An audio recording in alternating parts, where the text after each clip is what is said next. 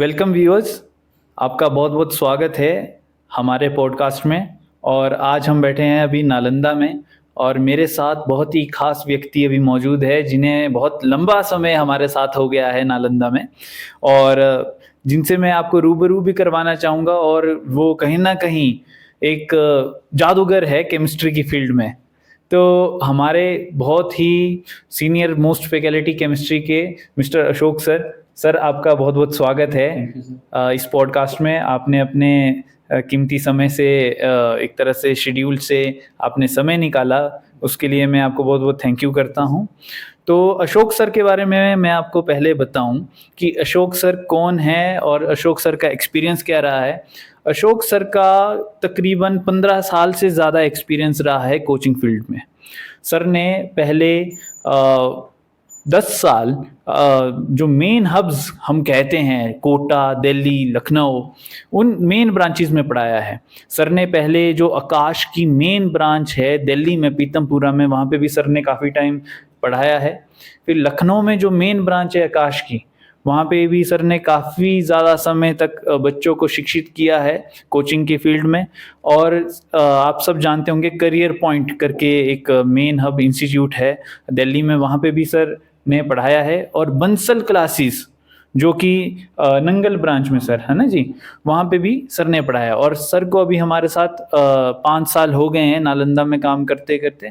और सब जानते ही है कि शानदार फैकल्टी है। तो आज हम सर से बात करेंगे और आपको रूबरू करवाएंगे केमिस्ट्री के कुछ मेन बातों से, कैसे सारी चीज़ें काम करती है, बच्चों को कहाँ दिक्कत आती है। और ये पॉडकास्ट बहुत फ़ायदेमंद रहेगा। तो thank you sir once again. तो अभी हम शुरू करते हैं अपने क्वेश्चंस का सिलसिला, है ना जी।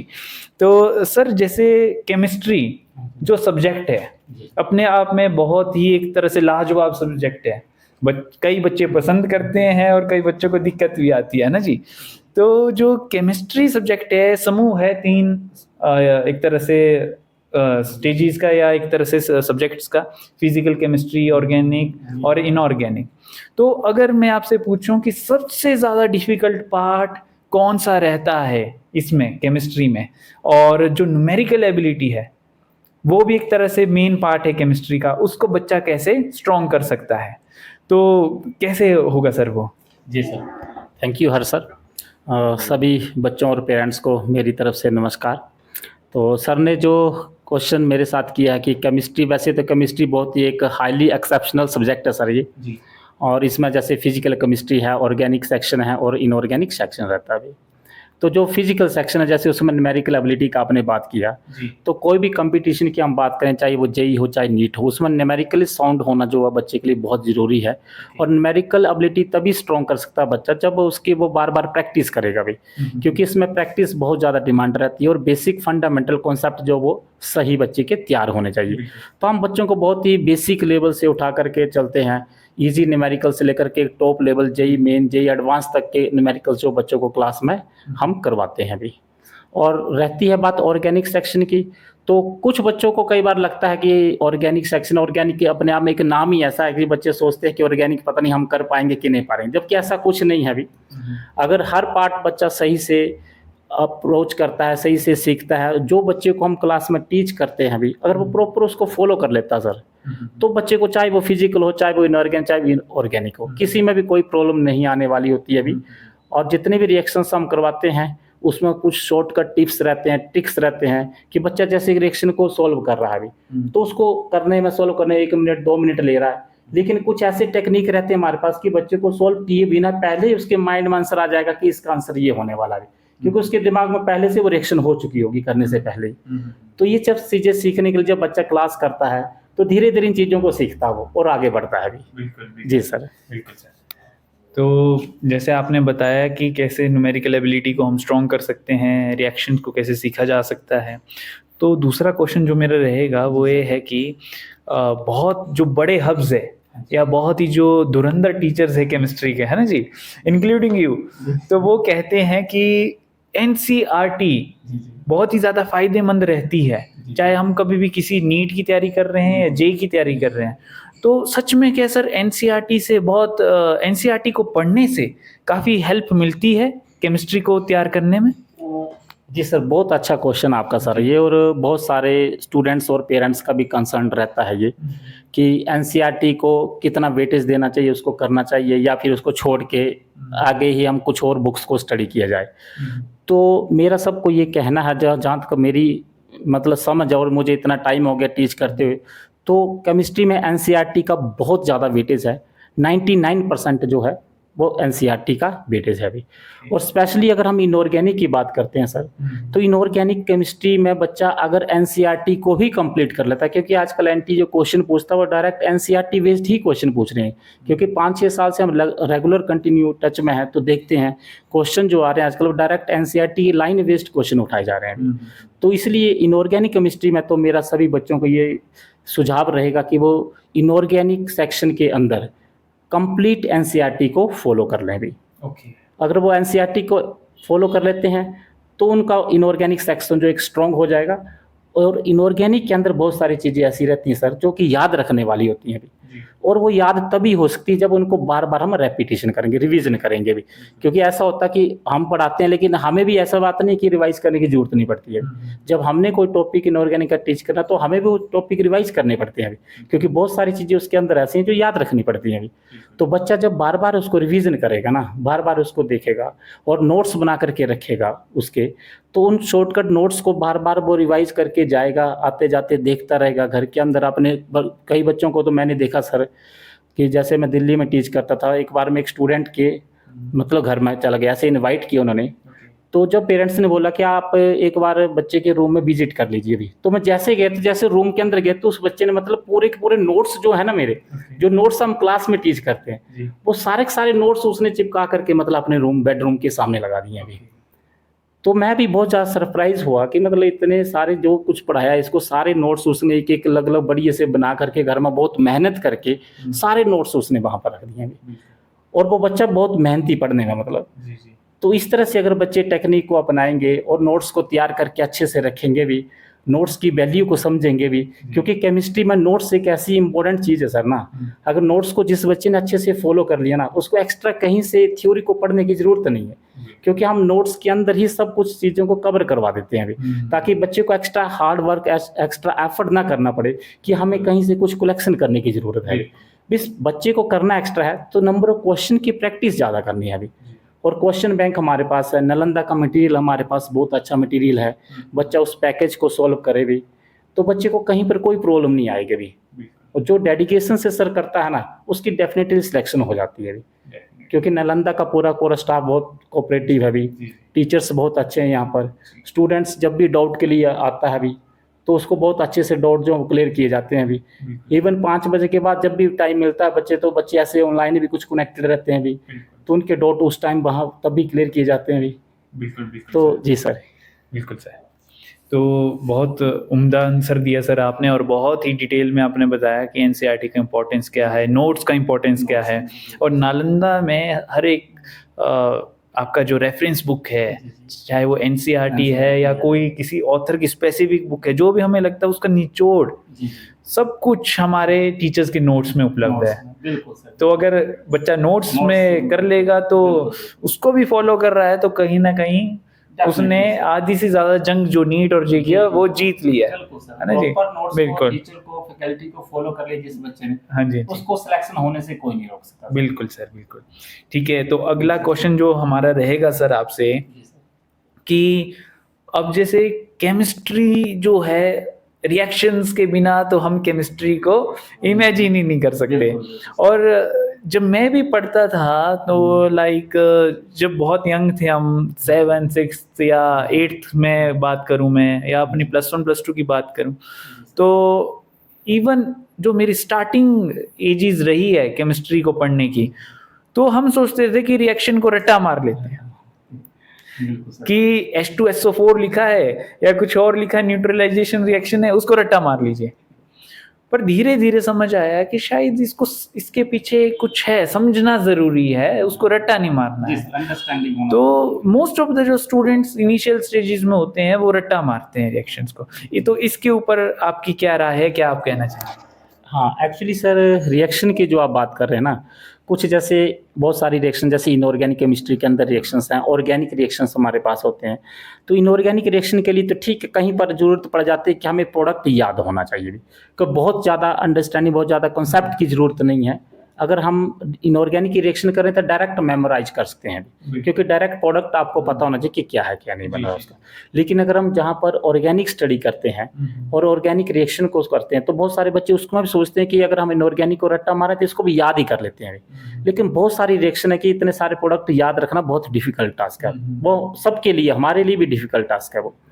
तो जब ऑर्गेनिक रिएक्शन की बारी आती है सर, तो मैं बच्चों को बताता हूँ कि आपको इसको याद नहीं रखना है, रटना नहीं है आपने। जो हम आपको बेसिक कॉन्सेप्ट बताते हैं अभी, आपने उसको फॉलो करना है अभी। एक बेसिक अप्रोच होनी चाहिए रिएक्शन को करने की, और वो तभी आती है जब जो हम उसके मैकेनिज्म स्टेप बता रहे हैं अभी, कि कोई रिएक्शन हो रही है तो उस रिएक्शन के अंदर जो वेरियस स्टेप्स इन्वॉल्व हो रहे हैं अभी, उन स्टेप्स को कैसे हम फॉलो करेंगे अभी। तो एक एक स्टेप जब हम रिएक्शन का करके बताते हैं, मान लीजिए एक डायरेक्ट रिएक्शन है, डायरेक्ट स्टेप में हो रही है, उसी रिएक्शन को हम 3-4 स्टेप में बताएंगे, तोड़ तोड़ के जब बताएंगे कि पहले ऐसे हुआ, फिर ऐसे हुआ, फिर ऐसे हुआ, क्या रिएक्शन इंटरमीडिएट बना है, उसका काम क्या है, उसकी स्टेबिलिटी क्या आ रही है वहाँ पर। तो जो बच्चे को स्टेबिलिटी का नॉलेज हो जाता है, रिएक्शन इंटरमीडिएट की स्टेबिलिटी का, तो बच्चा रिएक्शन के प्रोडक्ट बनाने में गलती नहीं करता फिर। नहीं तो ऐसे डायरेक्ट याद रख लेगा वो, लेकिन क्वेश्चन क्या है कंपटीशन में आजकल कि थोड़ा सा चेंज होके आएगा भाई, और चेंज होके क्वेश्चन आता सर, तो वो तभी बन पाता है ना जब हमें बेसिक कॉन्सेप्ट क्लियर हो भी, और बेसिक अप्रोच हमारी सही होनी चाहिए भी। तो इसमें याद रखने वाली बात नहीं है, इसको आपको अंडरस्टैंडिंग होनी चाहिए, जितने भी स्टेप्स हैं सब अच्छे से आने चाहिए, मैकेनिज्म जितने इन्वॉल्व हो रहे हैं, जितने मैकेनिज्म स्टेप्स आते हैं वो सारे स्टेप्स आपके क्लियर होने चाहिए भी। और हर चीज़ हम क्लियर करवाते हैं। जहाँ पर कुछ चीज़ें डायरेक्ट याद रखने वाली होती हैं वहाँ पर हम डायरेक्ट बोल देते हैं कि यहाँ पर आप डायरेक्ट इसको याद रख लीजिए भी।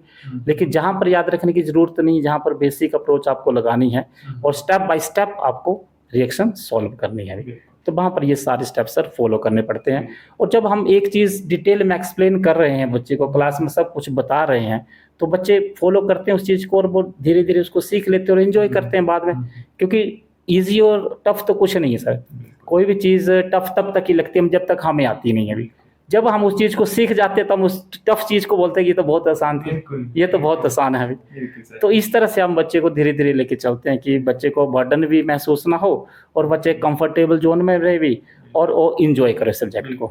जी सर, बहुत ही शानदार जवाब सर आपका, कि जब तक हम किसी रिएक्शन को दूर से देख रहे हैं तो वो हमें टफ ही लगेगा, जब तक हम उसकी कहानी नहीं समझेंगे कि ये इसके पीछे क्या स्टेप है, कैसे बना, जब तक वो नहीं समझेंगे, और बच्चा जब तक नहीं समझेगा तो बच्चा भी सच्चा और रट्टा ही मारेगा।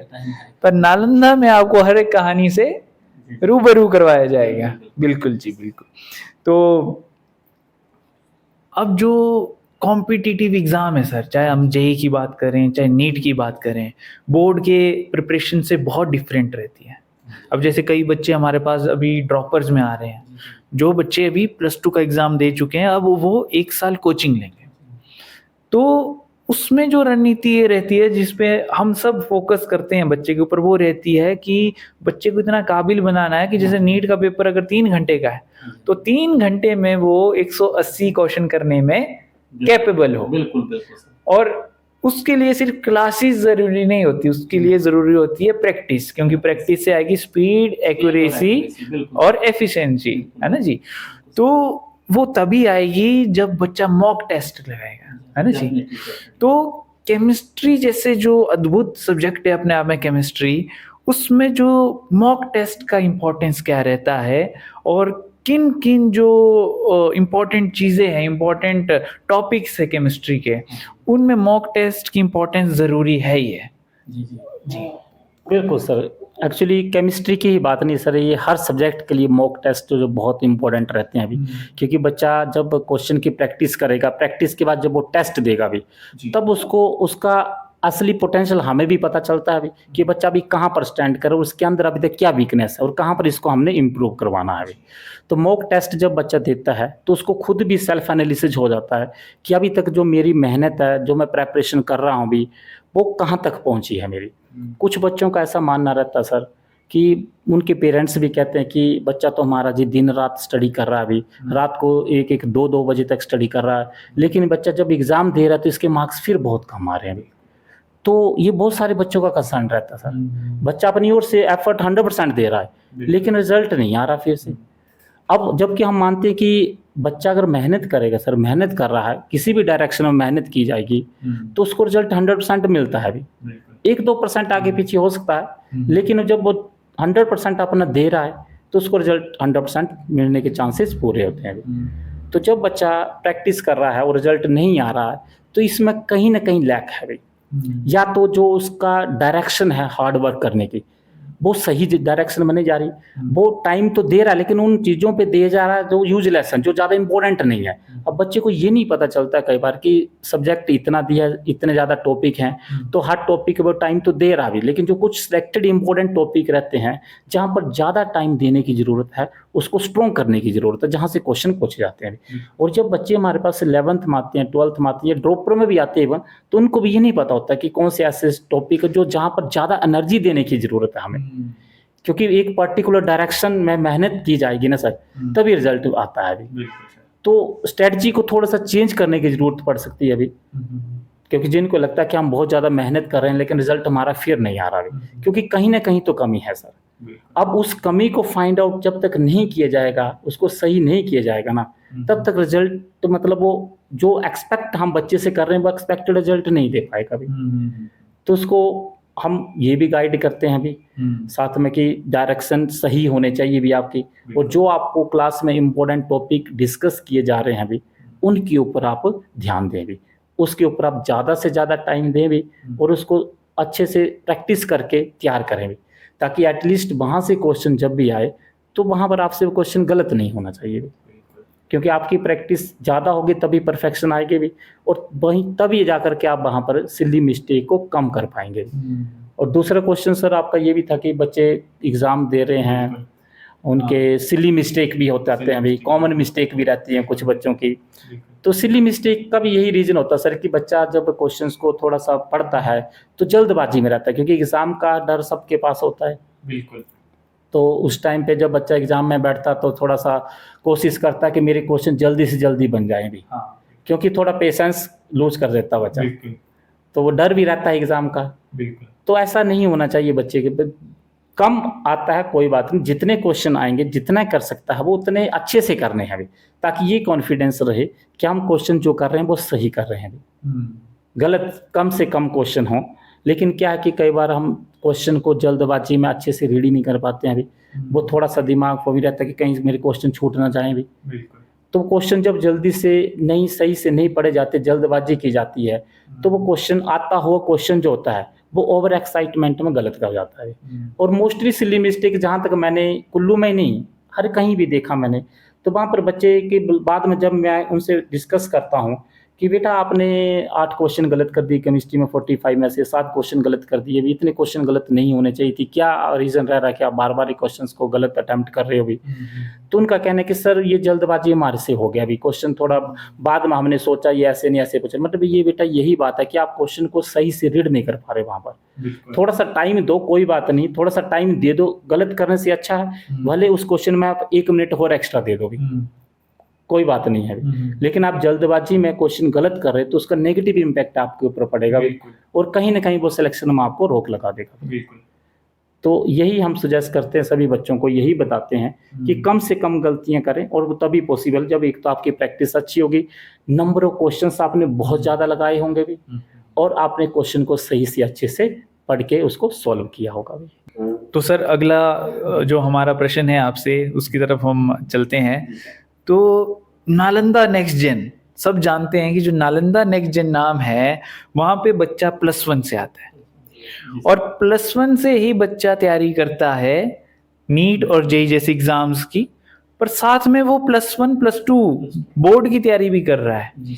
तो ये जो दोनों चीजें हैं, क्या ये अलग है, क्या ये एक जैसी है, कि इनके बीच में रिलेशन कैसे बिठा पाता है टीचर, और कैसे बच्चा दोनों को तालमेल में लेके चल पाता है? क्योंकि बहुत से पेरेंट्स मेरे से अक्सर पूछते हैं कि नालंदा में दोनों चीजें बच्चा कर कैसे पा रहा है, तो इस पे थोड़ा सा प्रकाश डालिए।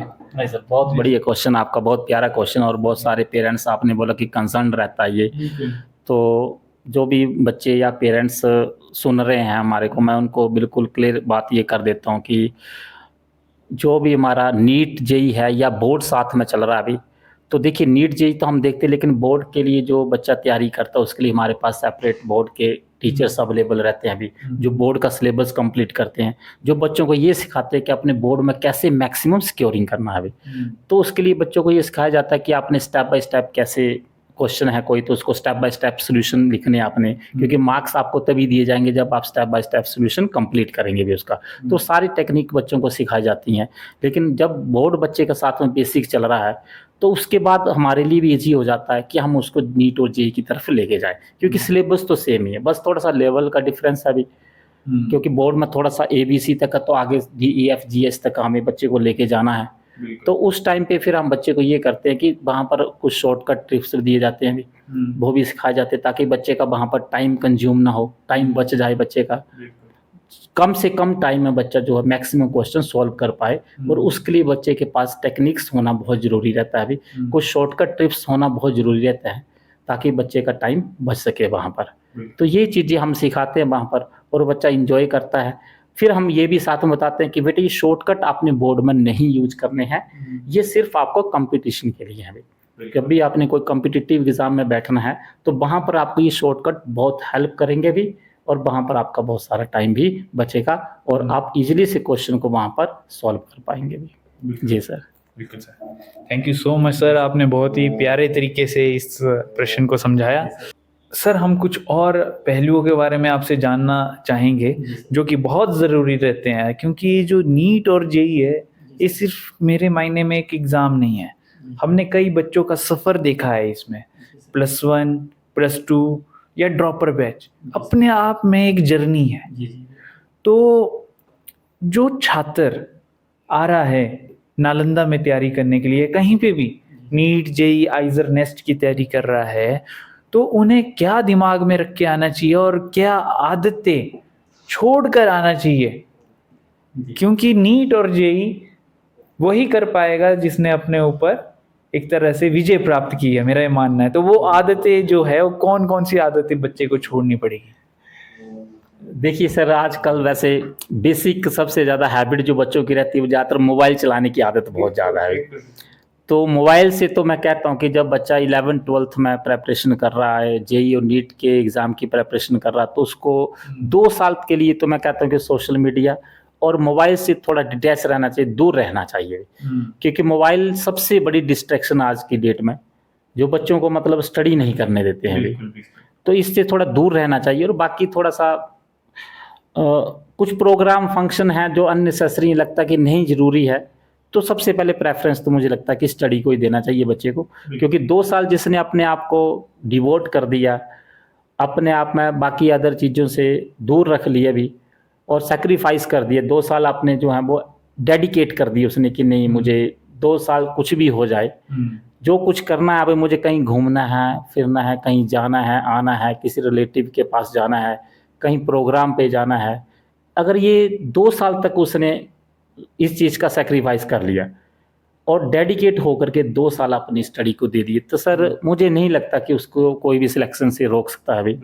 तो डेफिनेटली उसकी सिलेक्शन होगी और हो जाती है। बस मोटिवेशन बहुत ज़रूरी है बच्चे के लिए। तो टाइम टू टाइम सर बच्चों की मोटिवेशन बहुत ज़रूरी है, बच्चों की काउंसलिंग बहुत ज़रूरी रहती है अभी। तो हमारा नालंदा करियर इंस्टीट्यूट का जो यहाँ मैनेजिंग स्टाफ है, मैनेजिंग डायरेक्टर जो हमारे, वो टाइम टू टाइम बच्चों की यहाँ पर जैसे काउंसलिंग करते हैं, आकर के कुछ बच्चों को गाइडलाइंस बताते हैं यहाँ पर, जो बच्चे के लिए बहुत ही इम्पोर्टेंट रहती हैं।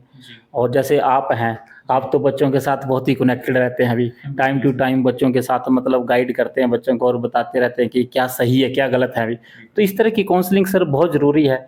तो मैं चाहता हूँ कि इस तरह के सेशन जो वो चलते रहने चाहिए, बच्चा कंफर्टेबल फील करे। और आप लोग तो वैसे ही इतना कनेक्टेड रहते हैं कि बच्चे को हर टाइम पे मतलब कंफर्टेबल जोन में लाने की कोशिश करते हैं। अगर बच्चा स्टडी से प्रेशर फील कर रहा है तो ऐसे मतलब मुझे लगता है कि ये चीज़ें बहुत ज़रूरी रहती हैं कि हर टाइम पे पढ़ाई करके बच्चे एग्जॉस्ट हो जाते हैं। तो कुछ टीचिंग स्टाफ के अलावा कुछ एक्स्ट्रा जो मैनेजिंग स्टाफ रहता हमारा, वो बच्चों को कैसे किस तरह से काउंसलिंग करके मोटिवेट करके थोड़ा बच्चों का एक माहौल बना करके ताकि बच्चे अच्छे से और बेटर स्टडी कर सके। तो इसमें आप सब लोगों का बहुत ज़्यादा योगदान रहता है अभी, सब लोगों की बहुत मेहनत है अभी जो ज़रूरी रहती है हर किसी की ग्रोथ के लिए। तो बाकी सर बहुत बहुत धन्यवाद आप सब लोगों का जो बाकी आप प्लीज़। बाकी thank you so much Ashok sir, आपने मेरा भी जिक्र किया इस पॉडकास्ट में। बिल्कुल, थैंक यू सो मच। और हम सब नालंदा में एक टीम की तरह काम करते हैं, सिर्फ आप जैसे बच्चों के लिए, जहाँ पे फैकल्टी अपना पूरा काम कर रही है। फैकल्टी सिर्फ पढ़ाने का काम नहीं कर रही है, वो अपने इस दायित्व से ज़्यादा बढ़कर आगे आ रही है। और जैसे अशोक सर की मैं बात करूं, 5:30 तक भी हमारे पास टीचर्स रुकते हैं। उसमें सिर्फ ऐसा नहीं है कि वो डाउट सॉल्व कर रहे हैं, किसी भी तरीके की बच्चे को परेशानी है एकेडमिक से रिलेटेड, वो उसमें सब चीज़ों में हमारी जो फैकल्टी है इंक्लूडिंग अशोक सर, वो हर एक चीज़ को सॉल्व करते हैं बच्चों के लिए। तो हम सब नालंदा में एक टीम है और एक टीम की तरह काम कर रहे हैं सिर्फ बच्चों के लिए, और ताकि हमारे कुल्लू के बच्चे एम्स जा पाए और टॉप आईआईटी जा पाए और टॉप लेवल के इंस्टीट्यूट्स तक पहुंच पाए। तो साथ में sir thank you so much, आप इस पॉडकास्ट में हिस्सा बने और इस पॉडकास्ट का शुभारंभ आपसे हुआ है, तो थैंक यू सो मच आपका।